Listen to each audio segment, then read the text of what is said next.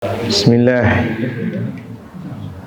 alhamdulillah, wassalatu wassalam ala rasulillah wa ala alihi wa sahbihi wa wala. Asyhadu an la ilaha illallah wahdahu la syarika lah wa asyhadu anna Muhammadan abduhu wa rasuluh. Amma ba'd, uhayyikum bi tahiyatil Islam. Assalamualaikum warahmatullahi wabarakatuh. Ikhwas sekalian, hari ini tanggal 10 bulan Sya'ban atau tanggal 11 sekarang memasuki ya. Tanggal 11 bulan Sya'ban 1442 Hijriah atau bertepatan tanggal 23 Maret ya, 2021. Kita masih diberi kesempatan oleh Allah untuk sama-sama hadir di Mushola Ar-Raudhah dan Pasar Bali ini. Yang mudah-mudahan ya, amal ibadah kita diterima oleh Allah Subhanahu wa taala. Kemudian insyaallah kita akan melanjutkan kajian kita dari kitab Syarah Hisnul Muslim. Ya. Yang lain ialah tujuannya memotivasi kita untuk beramal sesuai dengan apa yang diajarkan oleh Nabi kita, Nabi Muhammad SAW.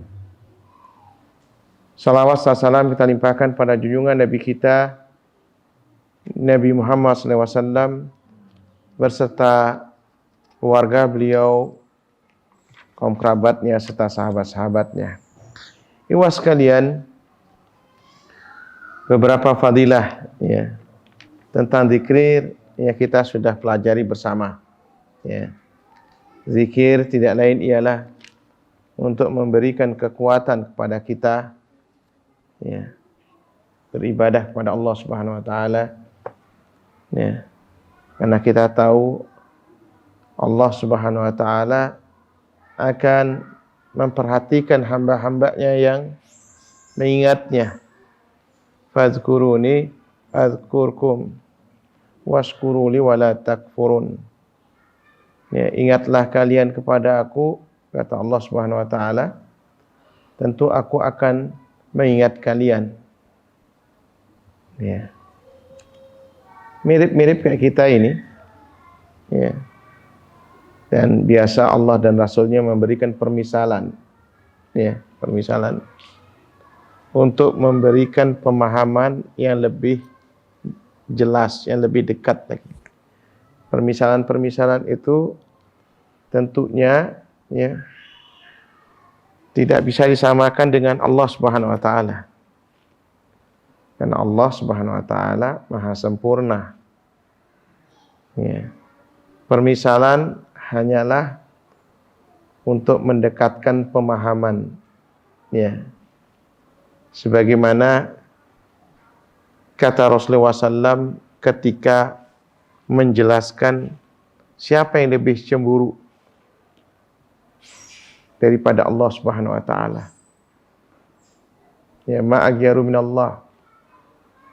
Ya, yang paling cemburu adalah Allah Subhanahu wa taala. Ya. Allah Subhanahu wa taala. Lalu Rasulullah SAW memberikan gambaran kepada para sahabat. Kalau seandainya kalian punya pembantu di rumah, kalian beri makan, beri gaji, ya. Kemudian kalian safar, meninggalkan rumah. Pulang dari safar, kalian dapati rumahnya berantakan. Ya, kotor ya. Barangkali sebagian ada yang rusak ya, karena hujan mungkin bocor sana semari ya. Lalu kalian lihat pembantu kalian di rumah tetangga tidur di sana, senang-senangan di sana, tidak ngurusin. Rasulullah SAW bertanya, bagaimana tanggapan kalian terhadap ya, budak-budak kalian tersebut, pembantu kalian tersebut? serentak sahabat menjawab, ya, ya, kami marah besar. Kami kasih makan, kami kasih gaji, tapi ya, mereka khianat tinggalkan. Nah, kalau kalian marah kepada pembantu kalian, maka Allah lebih marah lagi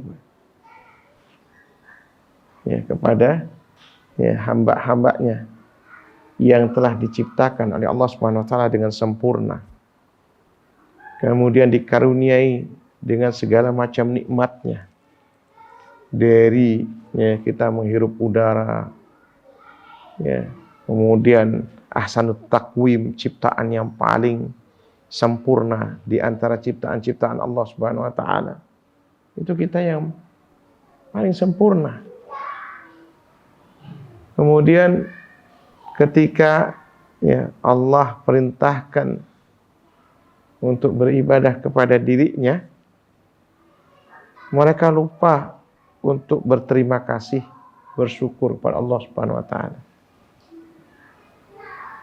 Lalu mereka malah menyembah selain Allah Subhanahu wa taala. Beribadah kepada tagut.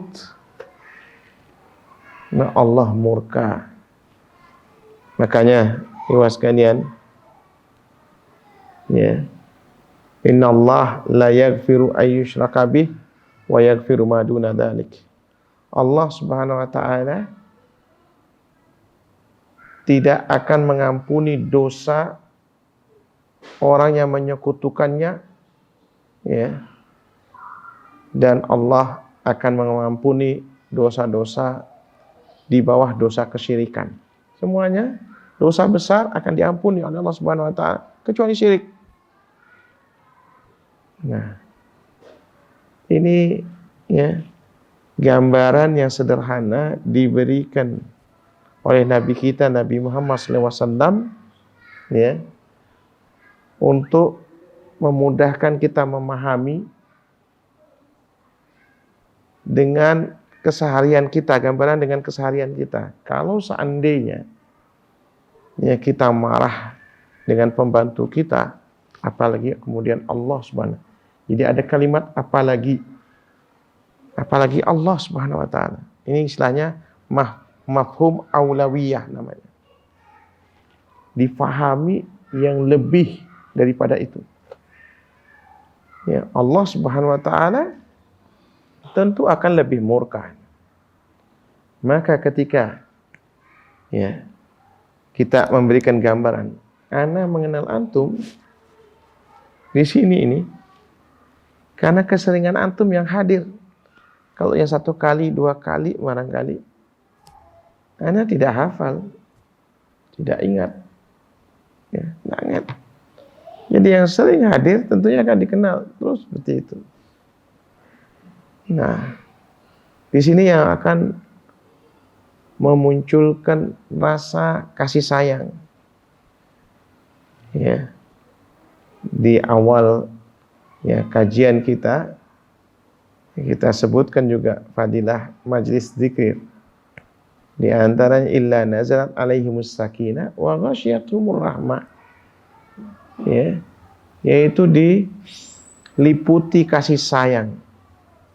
Dengan kajian seperti ini akan diliputi kasih sayang. Karena apa? Kita sering melihat, ya, kemudian berinteraksi dengan saudara-saudara kita, maka akan muncul saling memahami, saling membantu, insya Allah ta'awun dan seterusnya. Ya, dan seterusnya. Nah, ketika kita sesama manusia seperti itu, apalagi Allah Subhanahu wa taala.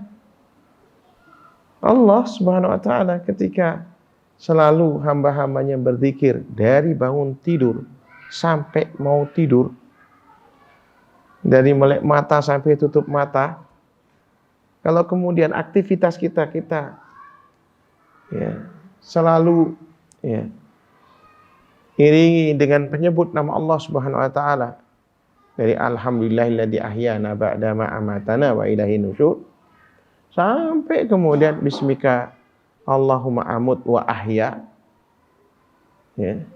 Allahumma, ya, inni aslamtu, ya, wajhi ilaik wa fawattu amri ilaik wa alja'tu dhahri ilaik rahbatan wa rakbatan ilaik la malja'a wa la manja minka ila ilaik amantu bi kitabika alladzi anzalta wa nabiyyika alladzi arsalta. Ini doa mau tidur. Doa mau tidur. Kalau antum baca doa ini, tidak dikembalikan ruhnya oleh Allah Subhanahu wa taala, antum mati dalam keadaan suci, bersih dari perbuatan dosa. Nah, kalau seandainya kita terus mengingat Allah Subhanahu wa taala, ya, majradud dam, aliran darah kita terus ada asma Allah, ya, insya Allah Allah akan, ya, memberikan cahaya pada kita. Itu yang kita nanti akan, ya, minta kepada Allah Subhanahu wa taala, ya, memberikan cahaya, ya. Kemudian Allah Subhanahu wa taala, ya, kalau sudah diberikan cahaya akan membukakan jalan yang tadinya kita lihat gelap. Ya, waj'alni nura. Tadinya kita gelap melihat, ya, peluang-peluang barangkali, ya, dibukakan oleh Allah Subhanahu wa taala. Dibukakan oleh Allah Subhanahu wa taala. Dan itu janji Allah Subhanahu wa taala. Ya, janji Allah Subhanahu wa taala, ya. Dan setiap doa-doa itu coba antum perhatikan, ada motivasi. Mesti ada motivasi yang dijanjikan oleh Allah Subhanahu wa taala. Dan Allah Subhanahu wa taala sebagaimana, ya, di surah Ali Imran, innaka la tukhliful mi'ad. Allah tidak akan, ya, menyelisih atau mengingkari janjinya. Itu pasti kita akan dapatkan. Karena Nabi kita, Nabi Muhammad SAW, ya, ketika, ya, diperintah oleh Allah untuk mengajarkan ini, sebutkan itu motivasi tersebut agar kita semangat. Jadi setiap doa pasti ada motivasi. Contoh yang paling ringan nih mas kalian ini. Mangkala subhanallah, ya, subhanallahil azim wa bihamdi. Ya, siapa yang mengucapkan subhanallah, ya, subhanallahil azim wa bihamdi, maka akan ditanamkan, ya, pohon kurma, ya, di surganya. Tanamkan pohon kurma di surganya. Ya.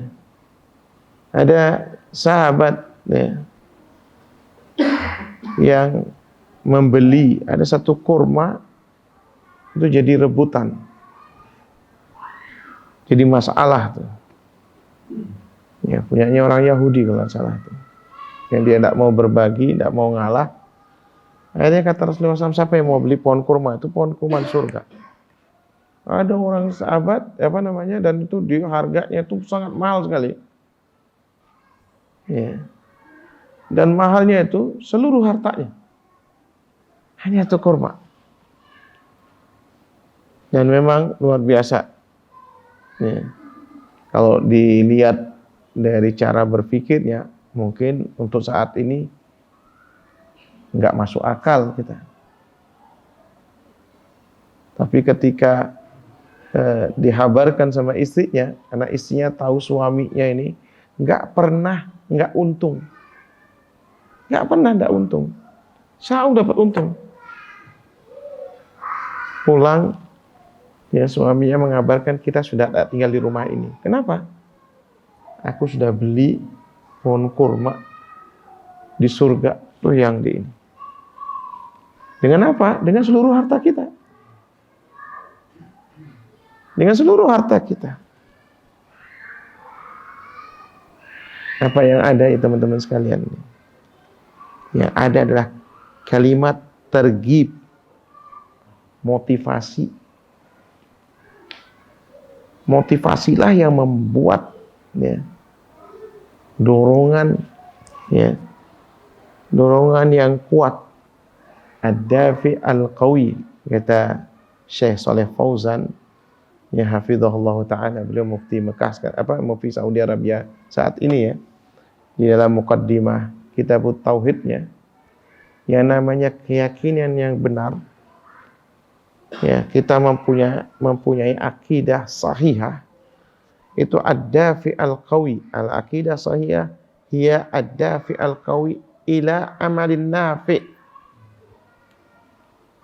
ya, yaitu motivasi atau motivator, ya, sebagai motivator yang kuat untuk memotivasi kita melakukan amalan-amalan yang bermanfaat, yang terkadang teman-teman sekalian di luar nalar kita.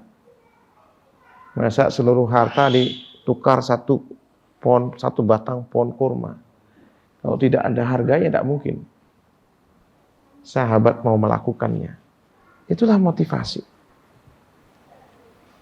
Makanya ketika, ya, antum mau istiqomah, begitu antum mengatakan innalladzina qalu rabbunallah tsumma istaqamu fala khaufun 'alaihim wa lahum yahzanun.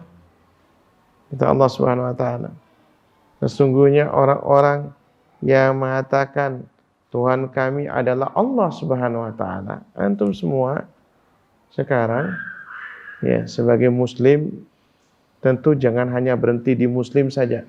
Muslim yang mukmin. Ya, karena beda dia. Muslim saja dengan tambahan mukmin itu beda. Muslim yang mukmin, yang munculkan kepercayaannya kepada Allah Subhanahu wa taala. Apa yang dijanjikan Allah Subhanahu wa taala pasti akan diterima. Ya, akan diperoleh seluruhnya. Itu orang yang mukmin. Dan ketika dikatakan orang mukmin ini, dia sudah terpupuk akidahnya, kepercayaannya. Makanya tidak sesederhana, teman-teman sekalian, antum ketika jadi orang Islam tidak sesederhana, ya, hanya hafalan seperti, ya, anak-anak kita yang TK. Ada berapa rukun Islam? Ada 5 nih misalnya, ya kan? Ada berapa rukun iman? Ada 6. Ada berapa rukun ihsan? Ya, ada 1 misalnya. Sampai tua antum hanya memahami, ya, kulitnya saja. Enggak antum bahas, ya. Tidak antum pernah, ya, pelajari itu ada apa semua. Karena itulah, ya, kalau antum tidak pernah mempelajarinya, maka akan kering dan kosong. Karena belajar inilah yang memotivasi kita untuk, ya, istiqomah. Nah, sumastaqamu, untuk istiqomah ini apa? Salah satu di antaranya yaitu mengetahui, ya, janji-janji dari Allah dan Rasulnya. Dari Allah dan Rasulnya. Agar kita ini terdorong untuk melakukannya. Kalau enggak akan, teman-teman sekalian. Nah, inilah makanya perlunya kita, ya, belajar tentang syarah ini. Ikhwah sekalian rahimani rahimakumullah. Ya, Anda lompat-lompat saja, ya. Ya. Kemudian juga di samping tadi beriman, ya, ada lagi yang paling tinggi derajatnya, muhsinun. Ya, Allah sebutkan, ya, innallaha ma'al ladina taqaw wal ladina hum muhsinun. Sesungguhnya Allah Subhanahu wa taala bersama orang-orang yang bertakwa dan orang-orang, ya, melakukan kebaikan. Muhsin dia lebih tinggi daripada Hasan. Hasan dia baik. Ya. Saleh dia memang orang yang soleh, dia untuk dirinya sendiri saja. Tapi ada yang lebih tinggi lagi, al-muslih. Muslih dia tidak hanya baik untuk dirinya sendiri, akan tapi dia juga memperbaiki orang lain, keluarganya misalnya. Ya, dia gerakkan. dia hidupkan, dia motivasi, dia ajak semuanya. Nih teman-teman sekalian, kalau antum hanya sendiri saja, antum yang sholat di sini, tidak menggerakkan semua yang ada di sekitar antum ini, kan kering. Akan kering. Gambaran yang paling dekat, sebentar lagi kita akan puasa. Coba aja, rasakan mana yang lebih berat, puasa sunnah atau puasa Ramadan. Puasa sunnah yang lebih berat. Karena yang lainnya makan, berbuka. Ya kan? Kita sendiri yang puasa, berat sekali. Berat sekali untuk melakukannya. Tapi begitu puasa Ramadan, antum ringan. Karena lainnya semua juga kelaparan, juga sama. Itulah manfaatnya berjamaah. Coba aja antum sholat lail sendiri. Nanti antum di 10 akhir antum sholat lail berjamaah. Antum 1 juz, insya Allah ya kurang rasanya. Betul enggak? Iya kan? Coba kalau sholat lail sendiri antum, paling antum mulai dari idza zulzilatil ardu zilzalaha. Ya kan? Sampai akhir. Dari wal asri innal insana lafi khusr, yang paling pendek-pendek itu. Yang jangan lebih dari 15 menit sholat lailnya. Ini 2 jam, 3 jam. Antum bisa berdiri bersama. Kenapa? Karena berjamaah. Karena berjamaah. Nah, maka sholat ya berjamaah ya sekalian. Sholat berjamaah. Ya. Nah ini kita pengajian berjamaah. Jangan dibalik-balik. Nanti doanya yang berjamaah yang keliru ini. Padahal kalau berdoa kan lain-lain punya masalah sendiri-sendiri. Yang sakit minta sehat. Iya kan? Yang miskin minta kaya. Yang jomblo minta jodoh. Ya kan? Lain-lain masing-masing. Makanya ketika berdoa, para sahabat langsung pada sholat, pada wirid, dzikir, sudah langsung menyendiri di pojok-pojok masjid itu. Mereka setiap kita punya masalah. Makanya istilahnya ada doa masalah. Ya, doa masalah karena kita masing-masing punya masalah. Jangan kemudian doanya bareng-bareng yang keliru kan. Ada orang doa semuanya, kiainya didoakan, jamaahnya tidak didoakan. Yang kaya kiainya, jamaahnya miskin semua. Ya kan? Makanya inilah yang pentingnya kita ketahui bagaimana para sahabat dahulu bersama Rasulullah SAW semua punya masing-masing permasalahan. Doanya sudah langsung begitu berdoa bisa semuanya. Mojok sendiri masing-masing. Kemudian berdoa dengan permasalahannya masing-masing. Minta kepada Allah Subhanahu wa taala. Insyaallah tas'al tu'ti. Engkau ya meminta kepada Allah Subhanahu wa taala maka engkau akan diberi. Nah, disinilah kita ya menggerakkan juga keluarga kita, ayo ya misal nanti ya, nah ini langsung aja kita anak ingin percepat ya tentang etikanya berdoa ini ya, etikanya berdoa. Di antaranya teman-teman sekalian yang perlu kita perhatikan bagaimana kita berdoa. Tentu enggak ada yang lebih baik yang kita jadikan contoh kecuali Rasulullah SAW. Kecuali Rasulullah SAW. Karena laqad kana lakum fi Rasulillahi uswatun hasanah. Ya. Kemudian ada juga yang diperintah oleh Allah Subhanahu wa taala yaitu para rasulnya. Para rasulnya yaitu laqad kanat fihim uswatun hasanah fi Ibrahim wal ladina ma'ah di surah Mumtahinah ya ayat 4 dan 6 ya, itu ada tersirat perintah juga meneladani Nabiullah Ibrahim alaihissalam dan yang bersama Nabiullah Ibrahim alaihissalam. Siapa? Keturunannya. Nabiullah Ibrahim alaihissalam ya mempunyai 2 putra, yaitu Nabi Ismail sebagai kakak, kemudian Nabi Ishak ya alaihi wassalam sebagai adik. Dari Nabi Ishak kemudian punya Nabi Yakub punya anak Nabi Yusuf, dan seterusnya muncul seluruhnya para nabi. Makanya nabi kita ya Nabiullah Ibrahim alaihissalam disebut sebagai Abul Anbiya. Sementara nabi kita keturunan daripada Nabi Ismail bin Ibrahim alaihimussalam. Ya, sebagai Abul Anbiya. Makanya kemudian coba aja di dalam tahiyat ada salawat Ibrahimiyah namanya.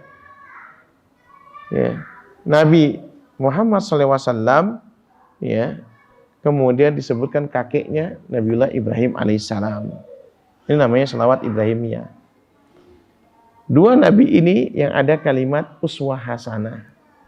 Makanya kemudian ketika berdoa pun meniru mereka berdua ini. Ya. Pertama ya, yaitu hendaknya kita mengetahui sirah ya, para nabi, para rasul, dan para wali yang saleh jika mereka menghendaki untuk dipenuhi semua yang menjadi hajatnya ya, kepada Allah Subhanahu wa taala. Sebelum memohon, mereka berdiri ya, di hadapan Rabb mereka, merapikan kaki-kaki mereka ya, meratakan telapak tangan mereka, mengalirkan air mata ya di atas pipi-pipi mereka. Dengan demikian mereka mulai ya dengan taubat ya, mengakui ya dosa-dosanya. Dan itu adalah etika para rasul. Allahumma inni dhalamtu nafsi ya faghfirli fa innahu la yaghfirud dzunuba illa anta. Ya Allah ya Tuhan kami, aku telah berbuat zalim terhadap diriku, maka ampunilah dosaku, karena tidak ada yang bisa mengampuni kecuali Engkau ya Allah. Itu mengakui dosa di hadapan Allah Subhanahu wa taala, berdoa, baru kemudian memulai berdoanya, membersihkan diri dari sikap ya pertentangan ya, menyimpan ya kehusukan dalam hati, lalu tenang dan tunduk. Tenang dan tunduk. Ya, kemudian mereka memulai dengan memuji sesembahannya. Kita dianjurkan memang tawasul dengan Asmaul Husna. Menjadikan wasilah itu hanya 3 saja yang dibolehkan. Dengan Asmaul Husna ya, kita memohon kepada Allah Subhanahu wa taala, menyebutkan nama-nama Allah yang maha indah. Sebutkan nama-nama Allah yang maha indah. Apa yang kita perlukan kan? Ampunan, maka ya Ghafar, ya Ghafur, faghfirli. Ya. Minta rezeki, ya Razzaq, ya Razik, ya Mu'ti. Ya, Allahumma la mani alima a'taita misalnya. Itu yang diajarkan sama Nabi kita. Ya, maka kita memulai dengan menyebut Asmaul Husna. Sekali lagi ini, kalau boleh ana memberikan perumpamaan ya. Antum mau minta sama orang aja, antum ada kebutuhan sama orang, maka tentu antum datang dengan baik-baik, dengan etika yang bisa difahami sama dia. Kemudian antum memulainya dengan, barangkali saya datang kemari karena dengar antum ini Masya Allah ya, diberikan karunia oleh Allah, kemudian antum tidak ya, terpengaruh dengan harta antum, malah antum ya bagi-bagi rezeki. Kebetulan anak ini butuh, kali seperti itu. Dengan menyebutkan kebaikan-kebaikan ya, orang tersebut akan tersentuh hatinya. Ya, kalau manusia disentuh hati seperti itu, apalagi Allah Subhanahu wa taala. Allah dipuji dengan hamba yang makhluknya, dan kita wajib seperti itu. Ini namanya tawasul dengan Asmaul Husna. Etika kita berdoa kepada Allah Subhanahu wa taala. Kemudian tawasul yang dibolehkan, tawasul kepada orang yang masih hidup. Antum yang masih punya orang tua, ya, antum minta doa. Karena satu-satunya manusia barangkali di muka bumi ini yang paling ikhlas doanya kepada orang lain adalah seorang orang tua kepada anaknya. Ini anak saya, masya Allah, dia mau buka usaha, dia datang, ya Allah, ya mudahkan dia, ya Allah, ya lancarkan rezekinya, bukakan pintu-pintu rahmat-Mu ya Allah. Pasti orang tua kita yang akan mendoakan. Itu namanya tawasul dengan ya orang yang masih hidup, yang dia sanggup, yang dia layak untuk memberikan doa kepada kita. Jangan kemudian tawasul pada kuburan-kuburan. Ya. Ini aneh-aneh sekarang nih. Mohon maaf ini misalnya menjelang Ramadan nyekar, datang ke kuburan-kuburan. Orang tuanya sudah meninggal, dimintai kirim salam ya sama Allah. Ya, tolong doakan. Dulu dia tidak pernah ini. Ketika masih hidup, ya, cuek sama orang tuanya. Sudah meninggal dicari-cari. Dimintai suruh doa. Kan gitu ini. Ini keliru-keliru. Ya, terbalik-balik. Jadi orang yang meninggal jangan cari ini. Nanti ada yang aneh lagi, ke Wali Songo, ke Wali Pitu, minta jodoh. Itu salah alamat. Kalau mau minta jodoh ke wali nikahnya. Ente kalau ke Wali Pitu, Wali Songo, nanti dikawinkan kuntilanak ente nanti. Ya kan? Jodohnya mak lampir nanti. Ya kan? Jadi ini jangan terbalik-balik, keliru itu. Minta jodoh, sana ada yang belum nikah sini. Harus nikah nih. Nah, kan harus itu. Carikan. Jangan keliru-keliru. Ya. Jangan keliru-keliru seperti itu ini ya. Jadi, orang yang masih hidup yang antum cari. Ya, orang yang masih hidup. Yang ketiga, tawasul bil a'mal salihah.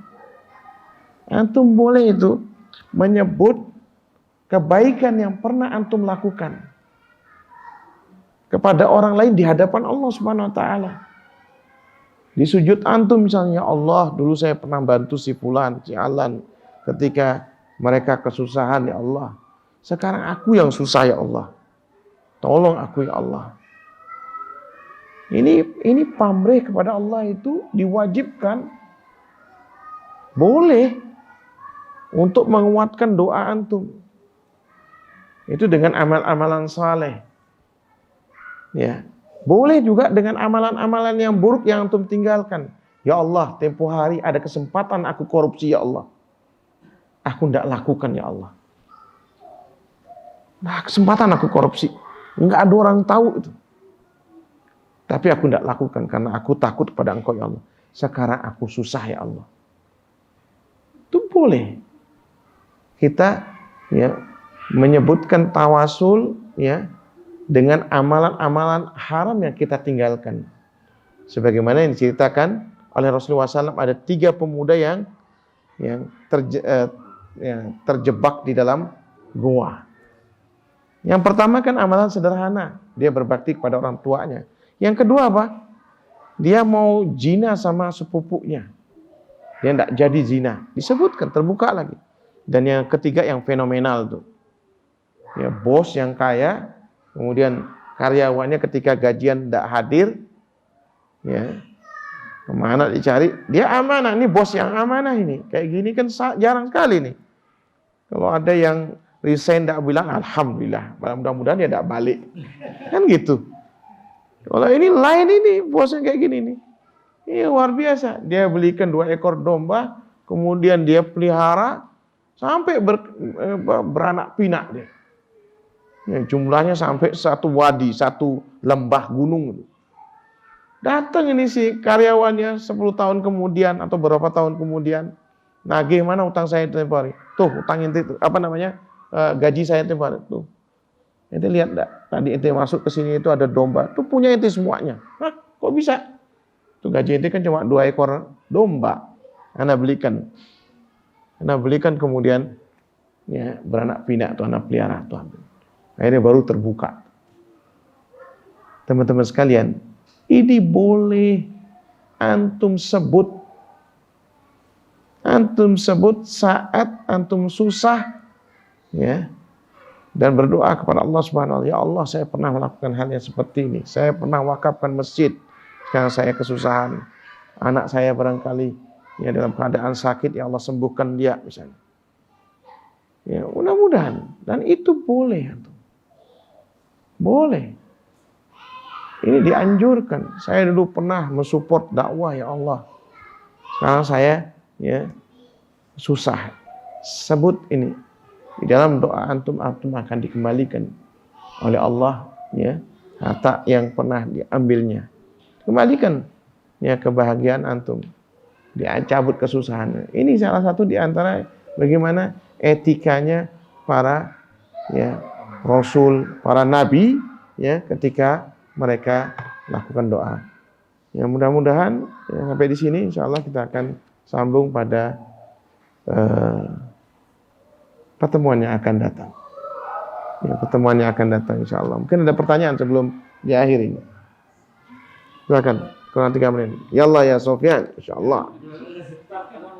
Kalau misalnya kalau malam pun kita sebelum kita berjima sama istri itu, setelah itu kita wudhu baca wirid-wirid itu boleh tak? Atau harus mandi dulu kan? Barakallahu fiik, ini penting kali ini. Karena susah jawabnya sebenarnya. Yang kesian yang jomblo ini. Ini dia memang suka manas-manas ini. Kompor dia ini. Kompor yang baik ya, alhamdulillah. Barakallahu fiik. Yang tidak boleh itu kan baca Quran. Ya, baca Quran yang tidak boleh. Yang lainnya boleh. Boleh. Di sela-sela itu kan boleh kita wudhu lagi, kita ulangi lagi. Mungkin ada istri yang pertama, istri yang kedua barangkali. Iya kan? Wallahu a'lam. Ya seperti itu bisa, boleh. Ya, boleh. Barakallahu fiik. Yang tidak boleh adalah baca Quran. Makanya kenapa? Ya, dia beda. Baca Quran, pegang Quran nggak boleh. Jadi kenapa junub disuruh kita mandi dulu? Ya, beda dengan haid. Dengan haid.